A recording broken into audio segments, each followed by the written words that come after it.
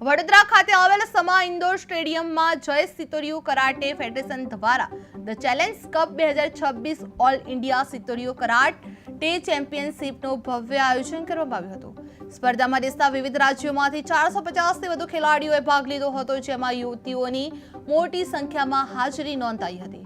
કરાટેને રોમાંચક મુકાબલો વચ્ચે ખેલાડીઓએ પોતાની પ્રતિભા દર્શાવવામાં આવી હતી।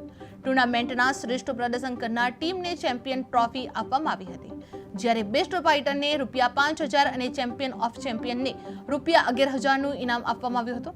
આયોજકોના જણાવ્યા મુજબ યુવાનોમાં આત્મરક્ષા માટે કરાટે પ્રત્યે જાગૃતિ લાવવાનો આ ટુર્નામેન્ટનો મુખ્ય હેતુ રહ્યો હતો, જે વડોદરામાં ઓલ ઇન્ડિયા કરાટે ચેમ્પિયનશિપ યોજાઈ હતી। સમા ઇન્ડોર સ્ટેડિયમ ખાતે આ ભવ્ય સ્પર્ધા યોજાઈ હતી, જે સ્પર્ધામાંથી 450 ખેલાડીઓએ ભાગ લીધો હતો, જેમાં યુવતીઓની મોટી સંખ્યા નોંધાઈ હતી, જે શ્રેષ્ઠ ખેલાડીઓને ટ્રોફી અને ઇનામ આપવામાં આવ્યા હતા।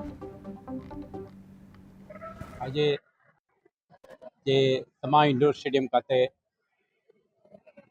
ચેલેન્જર્સ કપ 2026 આયોજન કરવામાં આવ્યું છે। આમાં ખૂબ મોટી સંખ્યામાં karate players not only from Vadodara, Gujarat, from other parts of the country have participated with great deal of spirit of competitive sports and also enthusiasm. એમને જોતા આજે લાગે છે કે વડોદરામાં અને આખા દેશમાં જે રીતે સ્પોર્ટિંગ એક્ટિવિટી માટે પ્રમોશન આપવામાં આવી રહ્યું છે, આના ભાગરૂપે જ આ શક્ય બન્યું છે। અને આપણે કરાટેને જ્યારે માત્ર એક કોમ્પિટિટિવ સ્પોર્ટ નહીં, એક સેલ્ફ ડિફેન્સ માટેના સ્પોર્ટ્સ તરીકે પણ આપણે એન્કરેજ કરતા હોઈએ છીએ। આપણા માટે આ ગર્વ છે વડોદરા શહેરમાં, આખા દેશમાં કરાટે એક પોપ્યુલર સ્પોર્ટ્સ તરીકે પણ વિકસી રહ્યો છે। તો આપણા જયેશભાઈ અને એમના આખા ટીમ આના માટે ખૂબ મહેનત કરી છે।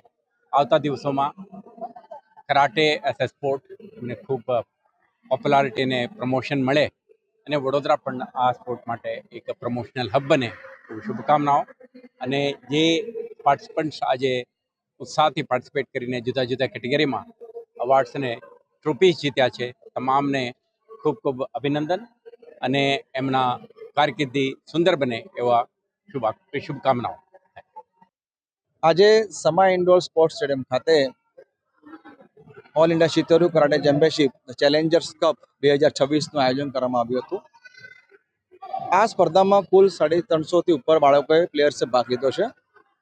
આ ટુર્નામેન્ટને સફળ બનાવવા અમારા સાથી મિત્રો સિહાન જેસલ પટેલ, સિહાન કાસિમદાવ, સિહાન વિજય સોલંકી, સિહાન હિમાંશુ આચાર્ય, સિહાન હર્ષ દવે તેમજ અન્ય 30-40 કોચે ભેગા થઈને આ ટુર્નામેન્ટમાં સફળતા પ્રાપ્ત રૂપે ભાગ લીધો છે।